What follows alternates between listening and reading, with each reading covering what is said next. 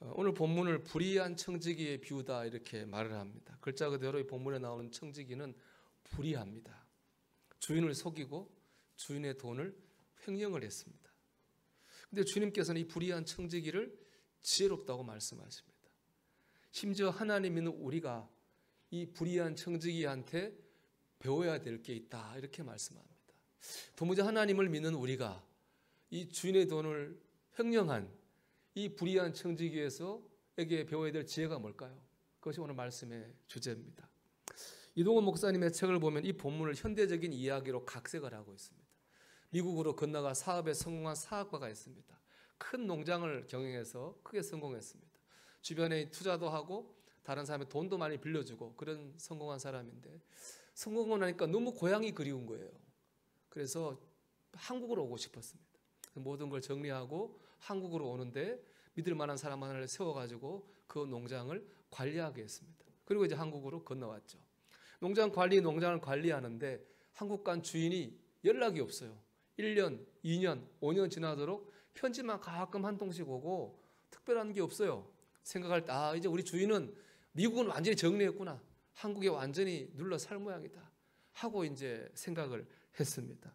그때부터 자기 마음대로 하는 거예요. 농장 운영도 마음대로 하고 운영에 생긴 돈도 자기 마음대로 막 쓰면서 막 살았습니다. 그런 어느 날 주인이 미국에 들어온다는 소식이 전해졌습니다. 깜짝 비상이 걸렸죠. 이제 그 장부 조금만 조사해 보면은 자기가 어떻게 한 거 다 드러날 거 아닙니까? 그러면 쫓겨나는 거는 시간 문제가 되는 거예요. 도와줄 사람도 없고 기술도 없으니까 굶어 죽기 십상입니다. 어떻게 할까 고민하던 이 관리인이 깨어나를 했습니다. 주인이 돈을 많이 투자하고 빌려줬잖아요. 그 사람들 불러 모았습니다. 10,000불 빌려준 사람 불러 모아서 정서 다 있었습니다. 5,000불. 8,000불 빌려준 사람 4,000불 다 깎아서 정서를 다 있었습니다. 이 사람은 이런 생각한 거죠. 관리인은. 그 돈 절반으로 깎인 빚진 사람들은 이 관리인한테 은혜를 입은 거 아닙니까? 그래서 이 사람이 나중에 주인 때문에 쫓겨났을 때 자기를 도와줄 거다 그렇게 생각을 한 것이죠. 드디어 주인이 왔습니다. 보니까 어이가 없죠. 엉망입니다. 한편으로 이런 생각이 듭니다. 앞으로 자기 살 궁리 해놓은 거 보니까 그는 머리는 참 똑똑하네. 그렇게 얘기한 거 똑똑하네. 주인이 칭찬을 했습니다. 그런데 오해하지 말아야 될 게 있습니다. 청지기의 행동이 도덕적으로 옳다고 칭찬하는 게 아니에요. 내일을 준비한 그 지혜가 지혜롭다고 칭찬한 겁니다. 오늘 말씀의 초점은 도덕적으로 옳고 그러냐에 있지 않습니다. 오늘 말씀의 초점은 지혜로움에 있습니다. 우리는 불의한 청지기에서 지혜를 배워야 됩니다. 그 지혜란 건 뭐냐? 아름다운 내일을 위해서 오늘 준비를 해야 된다는 거예요. 그 청지기 뭐 했어요? 주인 만나면 큰일 나니까 미리 지금 그걸 준비한 거 아닙니까? 그것이 바로 지혜입니다. 우리도 아름다운 내일의 복된 미래를 위해서 지금 준비를 해야 됩니다. 제가 지난 주간에 이제 세미나 갔다 왔는데 셋째 날 수요일 날 김동훈 목사님이란 분이 오셔서 강의했는데 주제는 뷰티풀 랜딩입니다. 영어로 주제인데 랜딩이라고 하는 거는 비행기가 이렇게 착륙하는 걸 랜딩이라고 하잖아요. 이분 말씀 들어보니까 비행기가 착륙할 때 갑자기 착륙하는 법이 없다고 합니다. 국제선은 45분 전에, 국내선은 15분 전에 착륙합니다 하고 광고를 하고 조금씩 고도를 낮춘다는 거예요. 그래야지 안전하게 착륙할 수 있습니다. 그렇게 시간을 통해서 조금씩 낮추지 않고 갑자기 떨어지면 어떻게 되겠어요? 그런데 불시착 아니면 뭡니까? 추락이 된다는 것이죠. 우리 인생도 늘 비행할 수 없어요. 착륙할 때가 있습니다. 이별할 때도 있고 은퇴할 때도 있고 또 죽음의 때도 오지 않습니까? 준비를 해야 된다는 거예요. 준비하지 않으면 아름다운 착륙이 아니라 추락이 되고 만다는 거죠. 그래서 그때를 대비해 지금 준비해야 된다. 그런 주제였습니다. 근데 여러분 죽음이라고 하는 것이 꼭 육체적 죽음만 있는 것은 아닙니다. 우리 자아의 죽음이라고 하는 게 있습니다. 내 생각이 죽고 내 감정이 죽고 내 자존심이 죽고 내 판단을 내려놓아야 될 때가 있습니다. 근데 이런 자아의 죽음도 뭐가 필요할까요? 준비가 필요합니다. 구약 성경을 통틀어 가장 위대한 지도자는 모세입니다. 우리가 이 찬송가 앞에 나오는 그 십계명 있잖아요. 이 십계명 받아온 사람이 모세 아닙니까? 이 십계명을 풀어낸 것이 625가지의 율법이에요. 이 율법 위에 이스라엘 민족과 사회가 서고 돌아가는 거예요.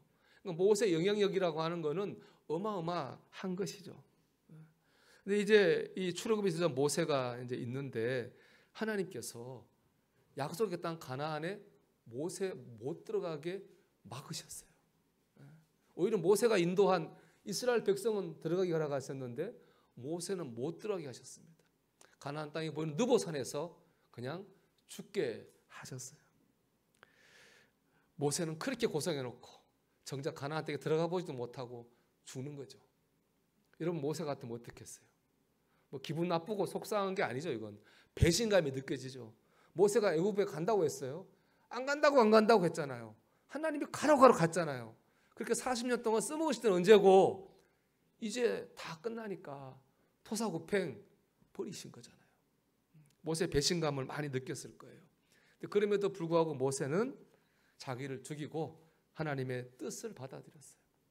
느보산에서 이스라엘 백성 축복하고 자기 후임자 여호수아 축복하고 하나님 안에서 죽음을 맞이했어요. 그 결과가 뭐냐?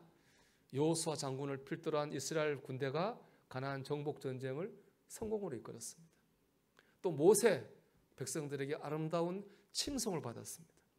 신명기 34장 10절인데요. 그 후에는 이스라엘에 모세와 같은 선지자가 일어나지 못하였나니 모세는 여호와께서 대면하여 아시던 자요. 모세 이전과 이후를 다 해도 모세 같은 위대한 지도자가 없었습니다. 라는 칭송을 받은 거죠. 이게 하나님의 뜻이죠. 이스라엘 백성이 전쟁에서 이기고 모세는 아름다운 칭송을 받고 마무리하고 이게 하나님의 뜻입니다. 이 뜻이 언제 이루어졌나요? 모세가 자기를 죽일 때 이루어지게 됐습니다. 근데 만약 모세가 자기를 죽이지 않았다면 어떻게 됐을까요? 안 됩니다. 이 백성은 내가 해야 됩니다. 내가 앞서해야 됩니다. 내가 주관하지 않으면 안 됩니다. 끝까지 주관하고 나갔다면 어떻게 됐을까요? 이스라엘 백성이 이기지 못했을 수도 있고 모세도 이런 아름다운 칭송을 받지 못하고 아마 마지막을 진짜 추락했을지도 몰라요. 우리 많이 보잖아요. 평생을 위대하게 살았던 사역자들이 마지막을 잘못해서 그 명성에 흠이 가는 것을 보고 안타까워하는 경우가 많지 않습니까? 하나님의 뜻이 이루어지지 못했을 거예요. 나를 죽여야 됩니다. 요즘 말로 하면 낄끼 빠빠를 잘해야 됩니다. 여러분. 낄 때 끼고 빠질 때 빠져야 됩니다. 그래야 하나님의 뜻이 이루어지는 거예요. 그런데 여러분 그게 갑자기 될까요? 어제까지 막 내 중심으로 살고 내가 막 고집 세우던 사람이 오늘 갑자기 나를 죽이고 나를 낮추고 될까요? 안 되죠, 여러분. 그런 말 있잖아요, 여러분. 사람이 갑자기 변하면 어떻게 돼요? 차마 제 입으로 말을 못 하겠어요. 사람이 갑자기 변하면요, 오죽하면 그렇게 하겠어요. 여러분, 안 되는 거예요. 안 되는 거예요. 결단하고 내려놓고 받아들이고 갑자기 안 됩니다. 우리가 오늘을 지혜로운 믿음으로 사는 사람이야말로 아름답게 나를 내려놓을 수도 있고 죽을 수도 있고 받아들일 수도 있는 거죠.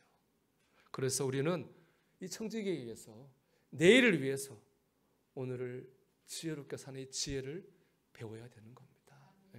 그 지혜란 첫째는 내가 주인이 아니라 하나님이 주인이라고 하는 것을 깨닫는 거예요. 조금 전 얘기로 돌아보면 한국으로 돌아갔잖아요. 사업가가. 그 관리인한테 연락은 거의 안 했잖아요. 관리인이 뭐라고 생각했겠어요? 아, 이제 주인이 미국으로 올 일 없구나. 주인이 있지만 실제로는 있으나 마나 한 거죠. 의미가 없는 거 존재 자체가. 그런데 주인이 온다고 하니까 실제로 주인이 된 거잖아요. 그때부터 뭐였습니까? 이 사람이 내일을 준비하기 시작한 거예요. 실제로 내가 주인이 아니라 주인이 있다고 하는 깨닫는 그 순간부터 우리는 내일을 준비할 지혜의 문을 열게 되는 겁니다. 무신론은 하나님 없다고 하는 거죠. 그 실천적 무신론이라고 하는 게 있어요. 실천적 무신론, 하나님은 있어요. 하나님의 존재는 인정해요. 그런데 실천적인 실제 생활에서는 하나님은 없는 것처럼 살아요. 디도서 1장 6절에 이런 사람이 이렇게 얘기합니다. 그들이 하나님을 시인하나 행위로는 부인하니 가증한 자요, 복종하지 아니하는 자요, 모든 선한 일을 버리는 자니라. 하나님은 믿어요. 그런데 삶 가운데 실제로는 의식하지 않고 살아요. 기도는 해요. 근데 하나님 실제로 역사하실 거라는 걸 안 믿어요. 여기 와서 예배는 드려요. 하나님께서 내 예배를 받으실 수도 있고 거절할 수도 있다고 하는 것을 생각하지 못해요. 하나님을 형식적이고 습관적으로 믿는 거죠. 내면은 누가 주인입니까? 내가 주인인 거죠. 하나님 믿어서 내가 주인인 거예요. 이런 생각을 가지고 사는 한 내일을 우리가 준비할 수가 없는 겁니다. 사르트르는 프랑스가 가장 위대한 실존주의 철학자죠. 그 사람은 인간이 자기 인생의 주인이라고 얘기했어요. 하나님하고 인간은 관계가 없고 인간은 심지어 죽음마저도 초월할 수 있는 자유와 능력을 가진 존재라고 얘기했습니다. 수많은 사람들이 사르트르의 영향을 받았어요. 1930년에 이 사르트르가 폐수종이라는 병에 걸려 죽게 됩니다. 사람들은 사르트르가 한 말이 있으니까 정말 아름답게 멋있게 죽을 거라고 생각했어요. 전혀 달랐어요. 사르트르는 죽음의 공포와 고통에 사로잡혀서 날마다 울부짖고 실성한 사람처럼 살다가 비참하게 죽었어요. 이 사르트르의 죽음이 왜 사르트르가 그렇게 죽었지? 프랑스 지식인들 사이에 논쟁의 화두가 됐어요. 분명히 그거 아니 왜 그렇게 됐지? 어느 날 신문에 한 독자가 기고했습니다. 사르트르의 말로가 그렇게 비참했던 이유는 그에게 죽어서 가야 할 곳, 돌아갈 고향이 없었기 때문이다. 죽어서 뭐 해야 될지 모르는 거예요.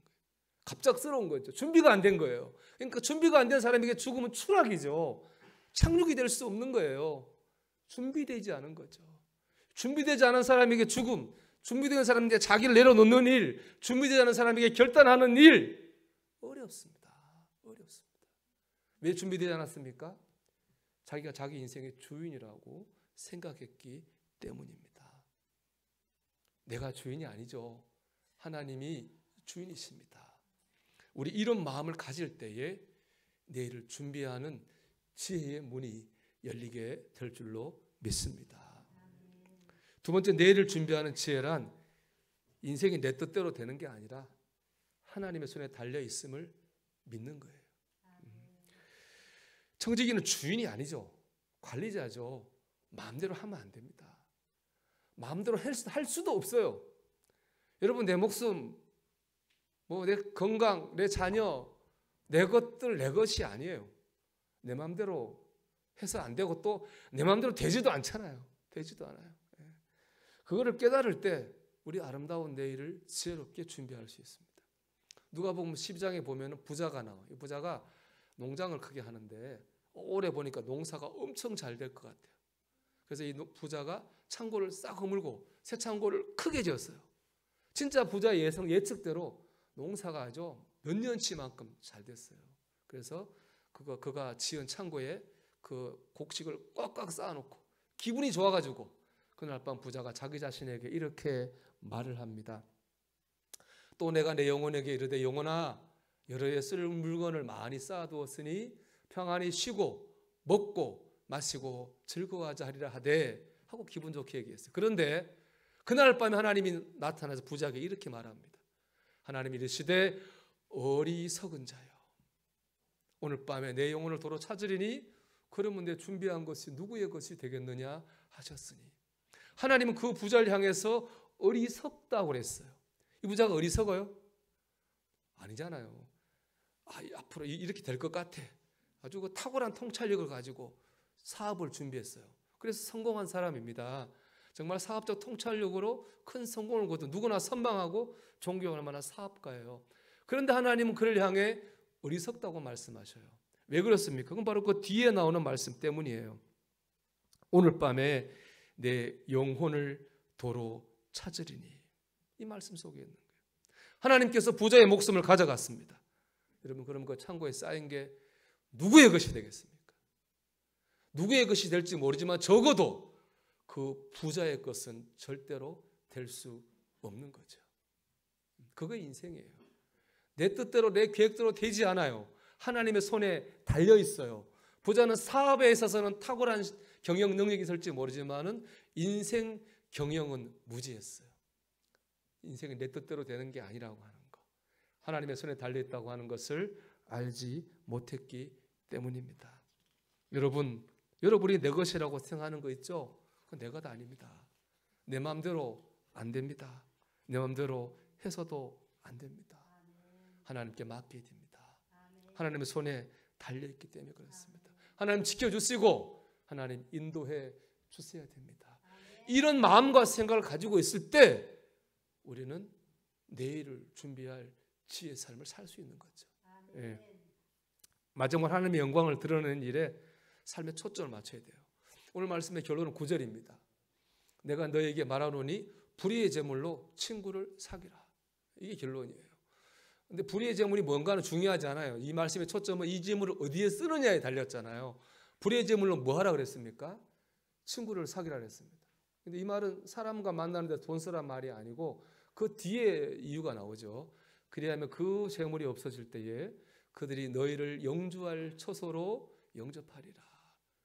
그러니까 이 제물이 나를 천국으로 인도하는 제물이 돼야 된다는 거죠. 내 영혼에 유익이 되는 제물이 돼야 되는 거예요. 제가 이 친구라는 말하고 천국으로 우리를 인도하는 이 제물이라는 두 말씀을 생각할 때 마태복음 25장의 말씀이 생각났어요. 어떤 사람이 천국에 갔습니다. 주님께 물었어요. 주님, 제가 어떻게 하다가 여기 천국에 오게 됐습니까? 주님이 말씀하죠. 내가 목마를 때 또 나한테 마시우게 했고, 내가 배고플 때 먹을 것 줬고, 입을 것 줬잖아. 이 사람 깜짝 놀랐어요. 왜냐하면 이 사람은 주님을 만난 적이 한 번도 없거든요. 제가 주님 만난 적이 없는데요. 주님 뭐라고 하셨습니까? 지극히 작은 자에게 한 것이 바로 내게 한 것이니라. 그러니까 이 사람은 아주 작은 일에 믿음으로 행했습니다. 그 결과가 큰 축복으로 돌아왔습니다. 우리는 작은 일에서부터 하나님께 영광을 초점을 맞추고 살아야 돼요. 그게 내일의 축복으로 임하게 되기 때문에 그렇습니다. 여러분, 내가 주인이 아니에요. 하나님 주인입니다. 내 마음대로 되는 거 아닙니다. 하나님 손에 달려 있습니다. 우리는 하나님께 맡기고 하루하루 하나님 영광에 초점 맞추고 살아야 돼요. 근데 여러분, 제가 새로운 얘기 하는 거예요? 여러분 모르는 얘기 하는 거예요? 여러분 이미 다 알고 있는 얘기 하는 거예요. 하나님이 주인이고 맡겨야 되고 영광에 초점 맞춰 살아야지. 근데 우리가 이걸 잊고 살아요. 제가 몇 년 정도 전에 되게 아팠잖아요. 응급실에 막 일주일에 2번 쉬려고 막 그랬어요. 누워있을 때 어떤 생각인지 아세요? 그래, 다 하나님 안에 있지. 세상 것 다 소용없어. 이제 나 오직 주님과 천국만을 위해 살아야지. 제가 그런 생각을 많이 했다고요. 낫고 났더니요, 세상에 소용이 많더라고요. 좋은 것도 많고 신경 쓸 것도 많고 아플 때 생각 다 잊어먹었어요. 잊어먹으니까 뭐가 되는 거예요? 갑자기가 되는 거예요. 잊어먹고 사니까 죽음도 갑자기, 아픈 것도 갑자기, 결단할 것도 갑자기, 내가 죽게 돼도 갑자기, 다 갑자기가 되는 거더라고요. 잊어먹지 마십시오. 하나님이 주인이고 하나님 손에 달려있고 우리가 하루하루를 믿음의 초점을 뜯고 살 때 주님이 내일을 보러 오신다고 하는 거, 우리 그거 잊지 않고 살아가는 저와 여러분 되시기를 주님의 이름으로 축원합니다.